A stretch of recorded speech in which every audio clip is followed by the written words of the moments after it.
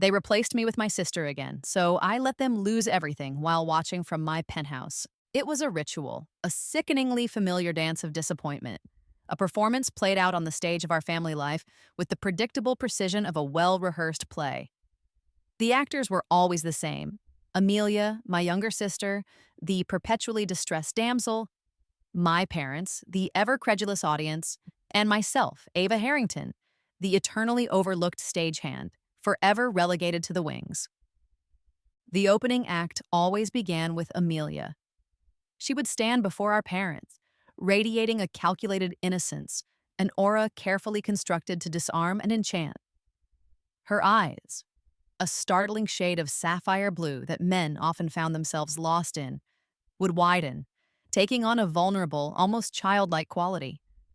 Her lips, usually curved into a confident, sometimes even haughty smile, would tremble slightly, as if on the verge of tears. Then came the voice.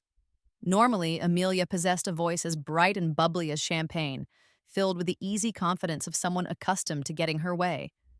But in these moments, it would transform, becoming fragile, almost trembling, a delicate instrument designed to pluck at the heartstrings of our parents. And finally, the inevitable words, the lines she'd delivered countless times before, each iteration honed to perfection, each syllable dripping with practiced helplessness. Ava will do it. She's so much better at these things than I am. The delivery was crucial. It wasn't a request, not really. It was a pronouncement, a statement of fact, presented with such an air of self-deprecation, such an undercurrent of poor, fragile me, that it bypassed any logical argument.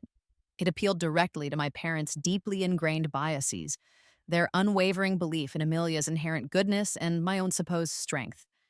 And like clockwork, they would fall for it. Every single time. Their reactions were as predictable as the sunrise. My mother, Eleanor Harrington, a woman who prided herself on her social grace and unwavering composure, would soften, her perfectly sculpted features relaxing into an expression of maternal concern. My father, Charles Harrington, the stoic, business-minded patriarch of our family, would nod in solemn agreement, his eyes reflecting a mixture of relief that the problem had been so easily solved and a subtle, almost imperceptible disappointment in me.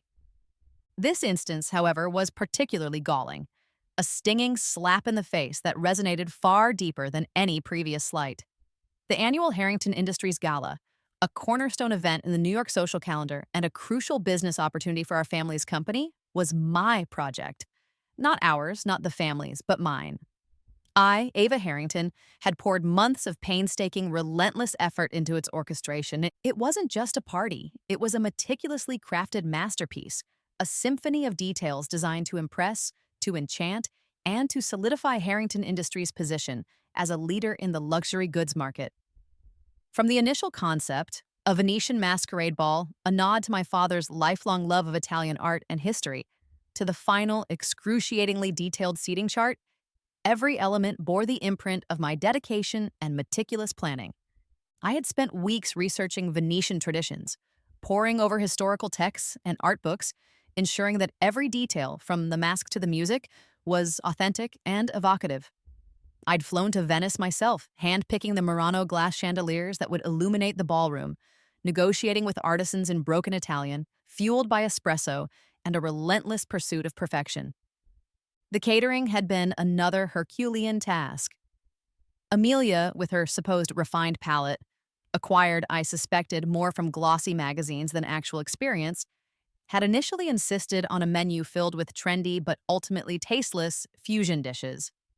I had gently but firmly steered her and my parents towards a more classic, elegant approach, a 7-course meal showcasing the finest seasonal ingredients and highlighting the talents of our company's newly acquired Michelin-starred chef. It was a delicate dance, a constant balancing act between appeasing Amelia's whims and ensuring the culinary integrity of the event. The guest list was a minefield of social and political sensitivities. Every invitation, every seating arrangement was a strategic calculation designed to foster connections, strengthen alliances, and avoid any potential offense. I'd spent countless hours poring over profiles, researching relationships, and meticulously crafting a seating chart that was a masterpiece of social engineering. And then there was the entertainment. Amelia, predictably, had advocated for a performance by a cutting edge performance artist she'd discovered at a downtown gallery opening. I'd had to discreetly veto that suggestion, replacing it with a world renowned string quartet and a troupe of classically trained Venetian dancers. Even the floral arrangements were a testament to my unwavering attention to detail. I'd initially chosen lilies, their elegant simplicity mirroring the overall aesthetic of the gala. But then, a casual remark from my father, a wistful mention of his late mother's love for hydrangeas, had sent me scrambling. I'd spent an entire afternoon on the phone with florists across the city, finally securing a shipment of rare, blue-tinged hydrangeas flown in directly from a specialist grower in Holland. It was an extravagance, yes, but one I knew would touch my father deeply, a subtle tribute to his beloved mother. And of course, there was the speech. My speech. I'd labored over it for weeks, crafting each sentence with the precision of a poet. It was a delicate balance, a heartfelt expression of gratitude to our loyal clients and partners, a confident articulation of our company's vision for the future, and a sprinkling of self-deprecating humor to charm the audience and disarm any potential critics. I'd practiced it in front of the mirror countless times, honing my delivery, perfecting my intonation, ensuring that every word resonated with sincerity and conviction. This gala wasn't just a party. It was a culmination of my efforts, a testament to my capabilities, a chance to finally step out of Amelia's shadow and shine. It was my opportunity to prove, once and for all, that I was more than just the strong one, the reliable one, the one who always fixed things. But Amelia wanted it.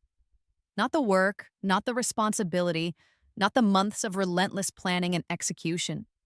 She craved the spotlight, the adulation, the admiring glances, the opportunity to play the role of the gracious, beautiful hostess, the belle of the ball. And, as always, she had found the perfect excuse, her upcoming ballet recital. It wasn't the Metropolitan Opera, mind you. It wasn't even a professional company. It was a minor performance at a local dance studio, a showcase for aspiring ballerinas, most of whom were still in their teens. Amelia, at 25, was decidedly not a prodigy.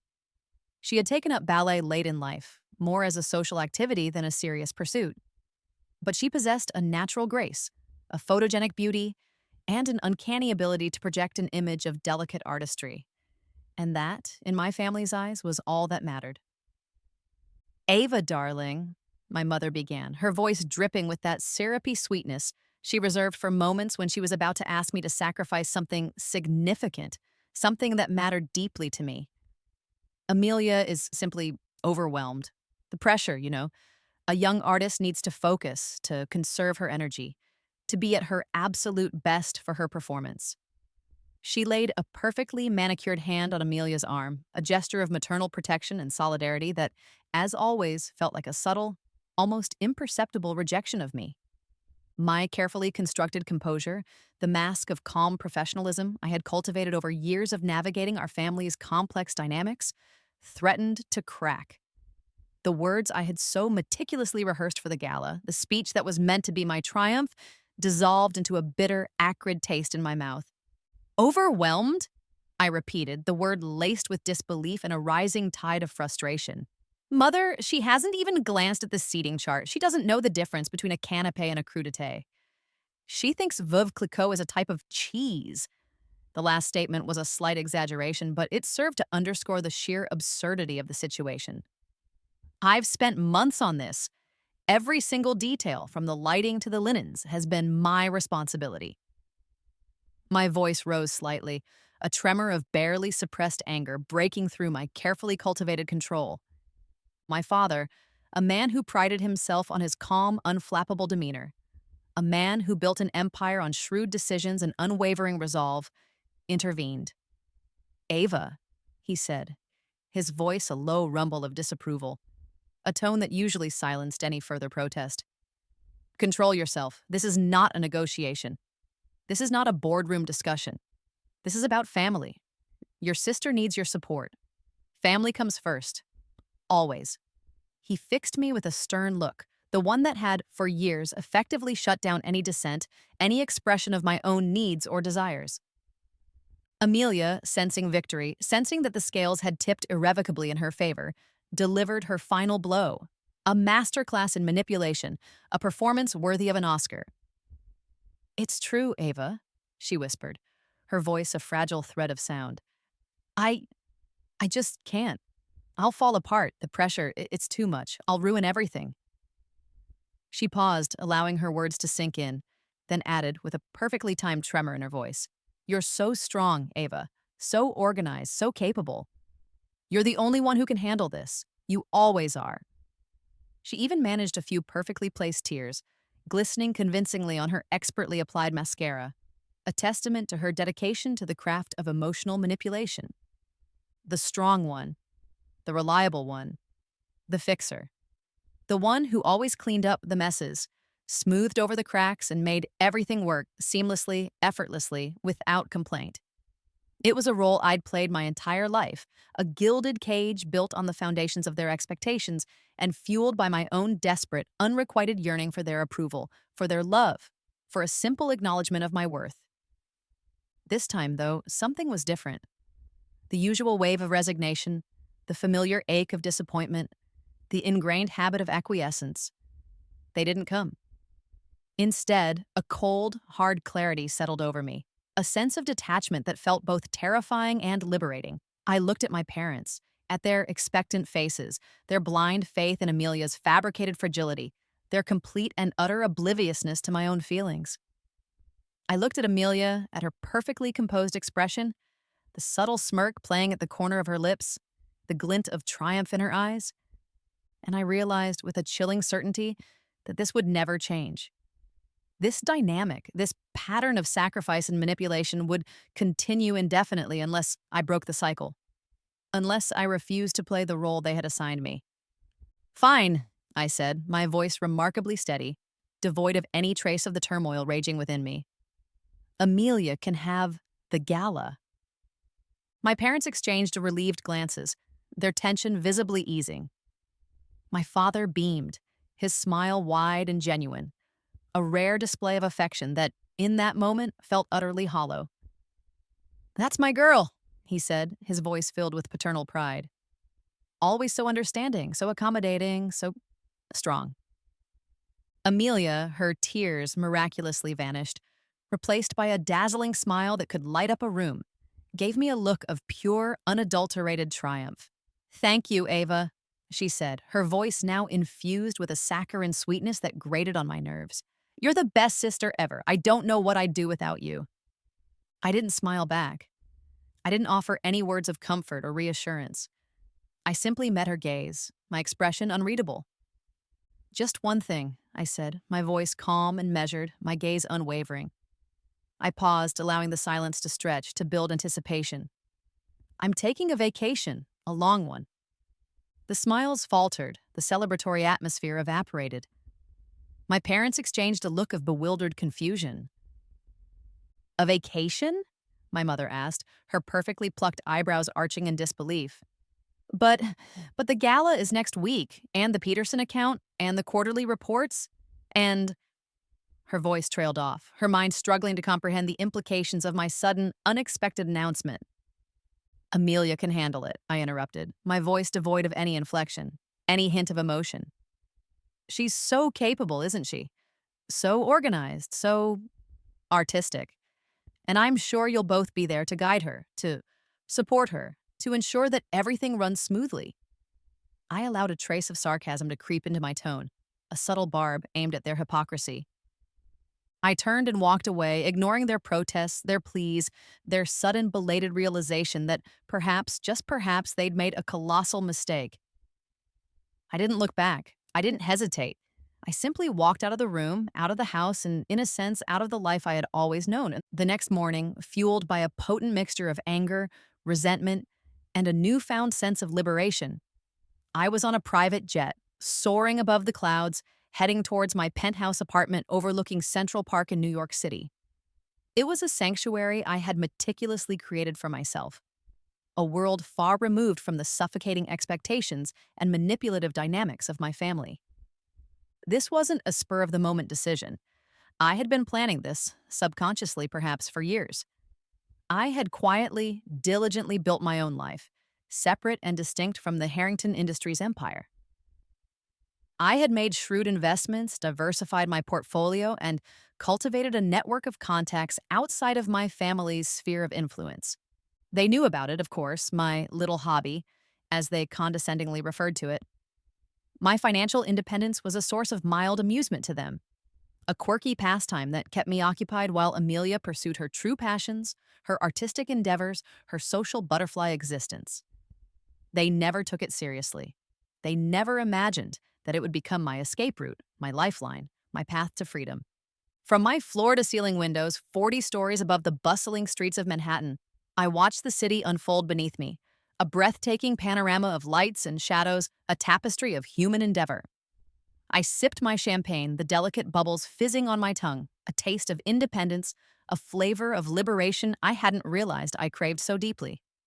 The first few days were a blur of blissful solitude and quiet contemplation. I slept late, indulging in the luxury of unhurried mornings, a stark contrast to the relentless schedule I'd always maintained. I read books, stacks of them, devouring novels and biographies, losing myself in worlds far removed from my own. I wandered through museums, gazing at masterpieces, allowing the beauty of art to soothe my soul. I indulged in long, luxurious baths, soaking in the silence, letting the warm water wash away the accumulated stress and tension of years. I ignored the frantic calls and texts from my parents, the increasingly desperate pleas from Amelia. Their voices, once so powerful, so influential, now held no sway over me. I had, quite literally, turned off the noise. Then the news started to trickle in. Small whispers at first, faint rumors circulating through the social grapevine, then a growing chorus of concern, and finally, a cacophony of disaster, a symphony of failure played out in the headlines of the business journals and the gossip columns of the tabloids. The gala, under Amelia's expert guidance and my parents' doting, but ultimately clueless supervision, had been a catastrophe of epic proportions. The Venetian theme, so carefully curated, had been reduced to a cheesy, over-the-top spectacle, complete with gondolas in the reflecting pool, one of which predictably capsized, and costumed actors who looked more like rejected extras from a low-budget opera than authentic Venetian revelers. The caterers, misinformed about the menu, underpaid due to Amelia's cost-cutting measures, she'd splurged on a new designer gown instead, and generally treated with disdain, had delivered a subpar meal that was both bland and bewildering. Guests complained of lukewarm appetizers, rubbery chicken, and a dessert that tasted suspiciously like instant pudding. The guest list, mangled beyond recognition by Amelia's haphazard additions and deletions, was a bizarre and incongruous mix of socialites, C-list celebrities, distant relatives nobody had seen in decades, and a handful of bewildered-looking catering staff who had been mistakenly invited. The carefully crafted seating chart, a masterpiece of social diplomacy, had been completely disregarded, resulting in a chaotic free-for-all that left several prominent guests fuming. The entertainment, a last-minute replacement chosen by Amelia after she decided the string quartet was too boring, was a disastrously inappropriate performance art piece involving a live goat, a bucket of paint, and a monologue in a language nobody understood. It had offended half the attendees, bewildered the other half, and prompted a flurry of scathing reviews on social media. But the true disaster, the catastrophic failure that sent shockwaves through the company, was the loss of the Peterson account. Mr. Peterson, a notoriously demanding and influential client, had been the cornerstone of Harrington Industries' expansion plans. His multi-million-dollar deal was crucial to securing our future, to launching a new line of luxury products, and to solidifying our position as a market leader. Amelia, completely out of her depth, had managed to alienate him within the first 5 minutes of their meeting. She had been unprepared, uninformed, and utterly uninterested in his concerns. My parents, frantic and flustered, had attempted to salvage the situation, but their efforts only made things worse. Mr. Peterson, insulted and enraged, had stormed out of the gala, taking his business with him. The fallout was swift and brutal. Other investors, spooked by the gala fiasco and the loss of the Peterson account, started pulling out, sending the company's stock price into a free fall. The carefully constructed empire that my father had spent decades building, the legacy he had hoped to pass on to his daughters, was crumbling before his eyes, collapsing under the weight of incompetence, mismanagement, and a profound lack of understanding. I watched it all unfold from my penthouse, a detached observer, a silent witness to the implosion of my family's dynasty. I followed the news reports with a clinical detachment, scrolling through articles detailing the plummeting stock prices, the canceled contracts, the increasingly desperate attempts by my parents to salvage what remained of their shattered empire. I read the scathing reviews of the gala, the snarky comments on social media, the gleeful pronouncements of schadenfreude from our competitors. I felt nothing. No satisfaction, no glee, no vindictive pleasure in their downfall. The anticipated rush of triumph, the sweet taste of revenge I had perhaps subconsciously expected, never materialized. Instead, I was left with a profound sense of emptiness, a hollow ache in the pit of my stomach that resonated with a strange, unsettling sadness. This was what I had wanted, wasn't it? To show them, to make them see, to finally be acknowledged, to be valued for my abilities, for my contributions, for myself. I had yearned for their recognition, for their respect, for their love for so long. I had played the role of the dutiful daughter, the capable assistant, the silent shadow, always striving to meet their expectations, always falling short, and now they had lost everything. The company, the prestige, the social standing, the carefully cultivated image of success and stability, it was all gone. And I, the daughter they had overlooked, the daughter they had taken for granted, was the only one left standing. But the victory felt hollow, brittle, devoid of any real meaning. It was a Pyrrhic victory, a triumph achieved at too great a cost. The destruction of their world hadn't brought me the satisfaction I had craved. It had only revealed the depth of the chasm that separated us, the unbridgeable gulf of misunderstanding and resentment that had defined our relationship for so long. One evening, as the sun set over the Manhattan skyline, casting long, dramatic shadows across the city, I sat on my balcony, wrapped in a cashmere blanket, sipping a glass of expensive wine. The city lights twinkled below, a vast, glittering expanse of human activity, a constant hum of energy and ambition. My phone rang. It was my father. His number, which I hadn't deleted, but had certainly ignored for weeks, flashed on the screen. I hesitated, my finger hovering over the decline button. The urge to silence his voice, to shut out the inevitable pleas and recriminations, was strong. But something, curiosity perhaps, or a lingering sense of familial obligation, a vestige of the conditioning I was still struggling to overcome, compelled me to answer. Ava? His voice was weak, shaky, a far cry from the booming, confident tone I remembered. It sounded defeated.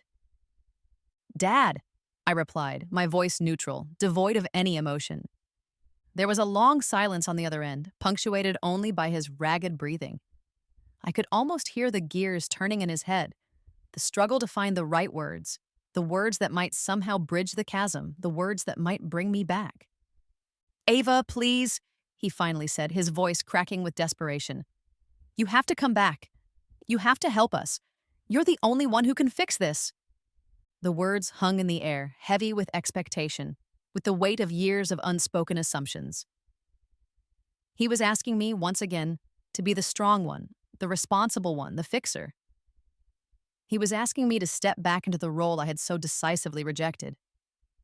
I took a deep breath, the cool night air filling my lungs. I can't, I said, my voice firm but not unkind. I'm not coming back. Another silence, longer this time, filled with the unspoken weight of his disappointment, his despair. We've lost everything, Ava, he finally whispered, his voice barely audible. The company, the house, everything. I closed my eyes, picturing the grand mansion in Greenwich, the sprawling estate where I'd grown up, the scene of countless family gatherings, of lavish parties, of carefully orchestrated displays of wealth and success. I pictured the opulent ballroom, the site of so many galas, now empty and silent, a hollow shell of its former glory. I know, I said softly, the words devoid of any triumph, any satisfaction. I felt a pang of something. Not sympathy exactly, but a faint echo of the shared history, the familial bonds that, however strained, still existed. We made mistakes, Ava, he continued, his voice gaining a sliver of strength. We, uh, we didn't appreciate you. We took you for granted. We relied on you too much, and we didn't see you. Not really. He was finally admitting it, the truth I had known all along, the truth I had longed to hear.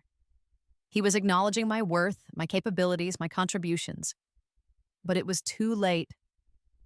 Far too late.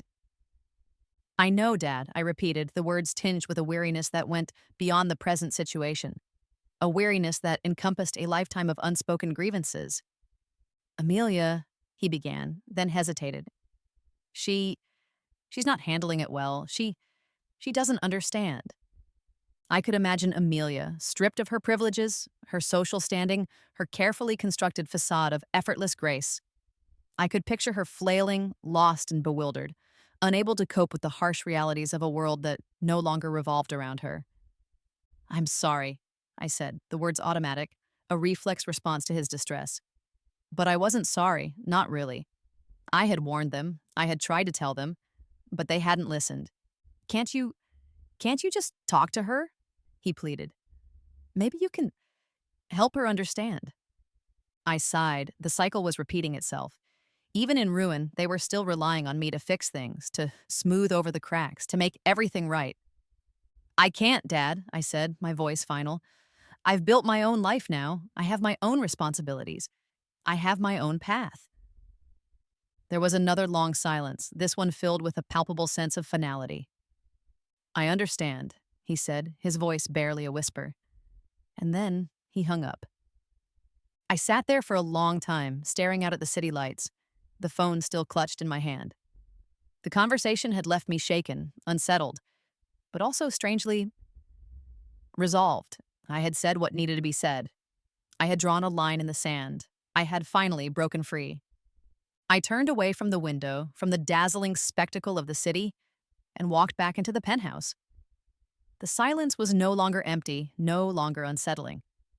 It was the silence of peace, of solitude, of self-possession. I had lost my family, in a sense, but I had gained myself. And that, I realized, was a victory far greater than any I could have imagined. The following days were marked by a sense of quiet introspection. The initial shock of their complete collapse, the emotional turmoil of the phone call with my father, had subsided, leaving behind a residue of acceptance. I had done what I could. I had offered them a chance, albeit a brief and ultimately rejected one, to acknowledge their mistakes, to understand my perspective. But they were unwilling, or perhaps unable to change, and I, finally, was unwilling to continue sacrificing my own well-being for their sake. I threw myself back into my work, finding solace and purpose in the projects I had cultivated, the businesses I had built, the life I had carved out for myself independent of my family's influence.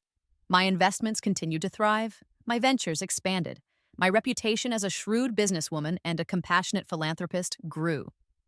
The penthouse, once a symbol of escape and isolation, gradually transformed into a hub of activity, a center of creativity and collaboration.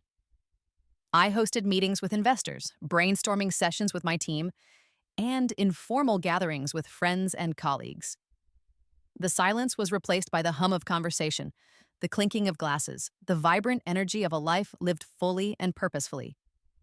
One crisp autumn afternoon, several weeks after the fateful phone call, I found myself wandering through Central Park, the leaves ablaze in a riot of color, the air sharp and invigorating. It was a place I had often sought refuge in during my earlier years in the city, a sanctuary of natural beauty amidst the concrete jungle.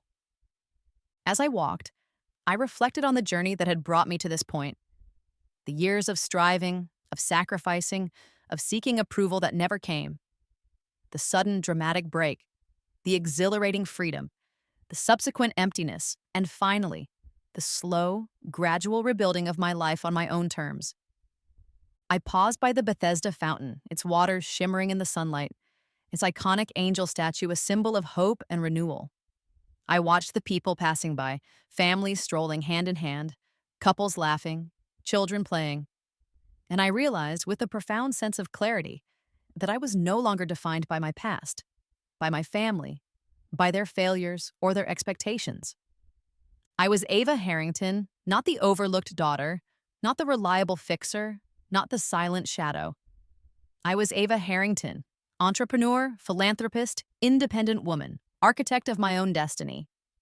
A figure approached, breaking my reverie. A woman, elegantly dressed, with a kind smile and intelligent eyes that sparkled with warmth and understanding.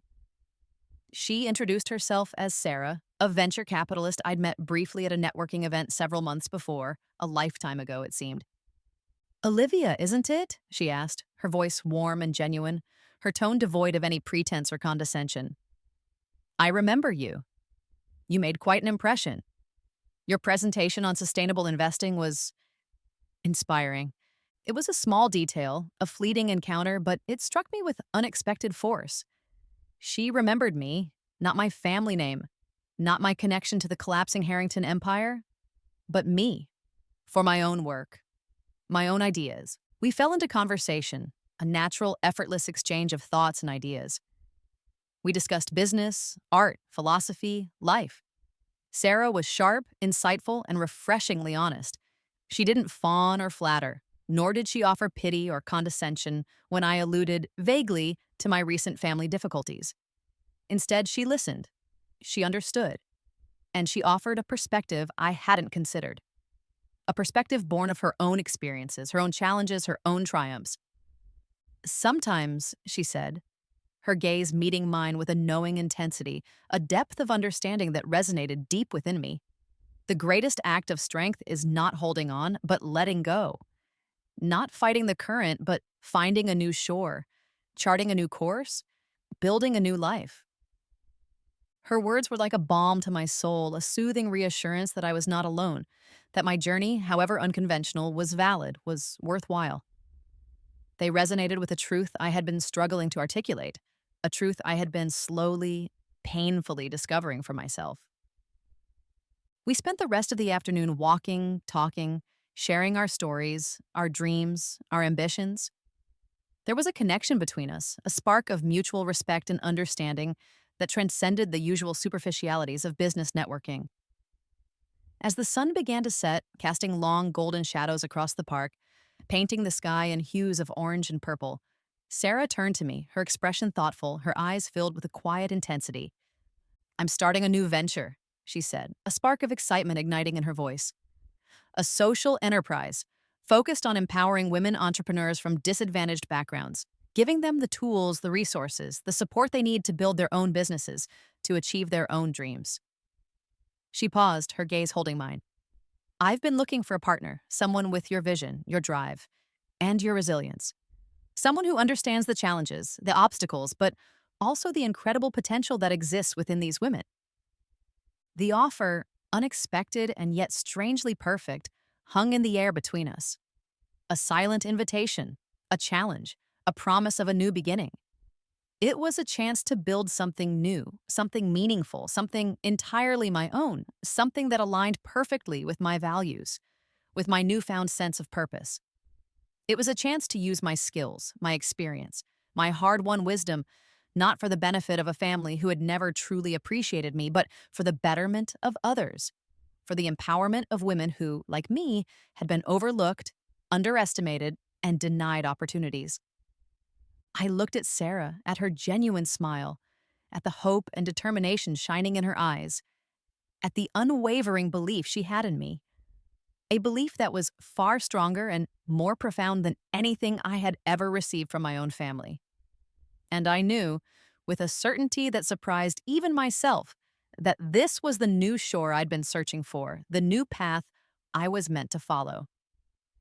I'm in, I said, my voice firm and clear, filled with a newfound confidence, a sense of purpose that resonated deep within my soul. We shook hands, sealing the agreement with a shared smile, a mutual understanding, a silent pact to build something extraordinary. As I walked back to my penthouse that evening, the city lights seemed to shine brighter. The air felt cleaner, the silence no longer empty or unsettling, but filled with the promise of a new beginning, the vibrant hum of a future yet to be written. The following months were a whirlwind of activity, a blur of meetings, phone calls, strategy sessions, and late nights fueled by coffee and a shared passion. We secured funding, assembled a team of talented and dedicated individuals, and launched our first project, a mentorship program for young women in underserved communities, providing them with guidance, support, and access to resources they needed to launch their own businesses. The work was challenging, demanding, and incredibly rewarding. It required every ounce of my energy, my focus, my creativity. But it was also exhilarating, fulfilling, a constant source of inspiration and motivation. I found myself immersed in a world far removed from the gilded cage of my former life, a world where my skills were valued, my opinions respected, and my contributions made a tangible difference in the lives of others. And I was no longer simply reacting to the events around me, no longer defined by the actions of my family. I was actively shaping my own destiny, creating my own legacy, building something that mattered, something that would endure. I still saw the headlines, of course. The remnants of my family's empire, the once mighty Harrington Industries, were being auctioned off, piece by piece, dismantled and dispersed like the scattered fragments of a broken dream. The grand mansion in Greenwich, the scene of so many unhappy memories, was sold to a foreign investor, its opulent interiors destined to be stripped and remodeled, its history erased. The art collection, my father's pride and joy, was dispersed to museums and private collectors around the world, its carefully curated pieces scattered like fallen leaves. The company itself, once a symbol of power and prestige, was dissolved, its name relegated to the dusty archives of business history. Amelia, stripped of her lavish lifestyle, her social standing, her carefully constructed facade of effortless grace and artistic talent, had attempted a brief, disastrous foray into acting, a desperate attempt to cling to the spotlight, to recapture the attention she craved.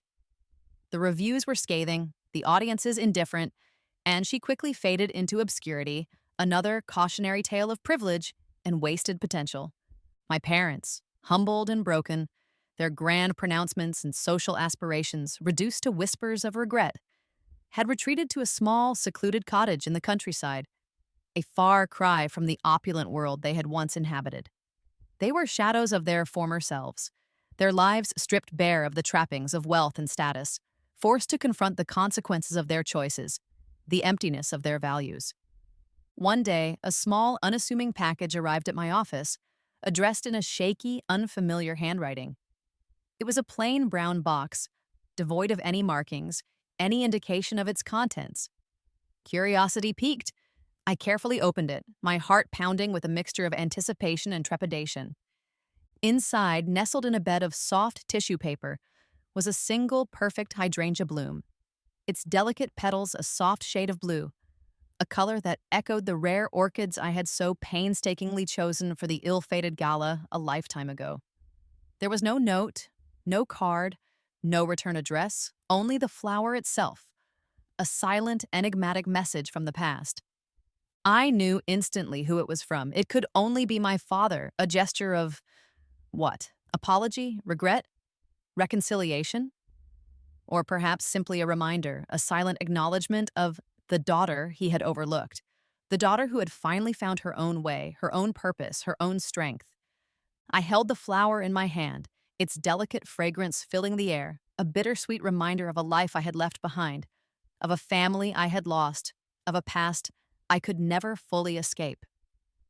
A single tear rolled down my cheek, a tear not of sadness, not of anger, not of regret, but of something else entirely, something akin to release. It was a tear of acceptance, of understanding, of letting go.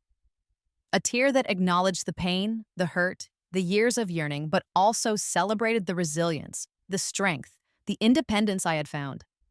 I placed the hydrangea in a simple glass vase on my desk, a solitary bloom in the midst of the bustling activity of my office, a symbol of the past, a reminder of the journey and a testament to the enduring power of hope.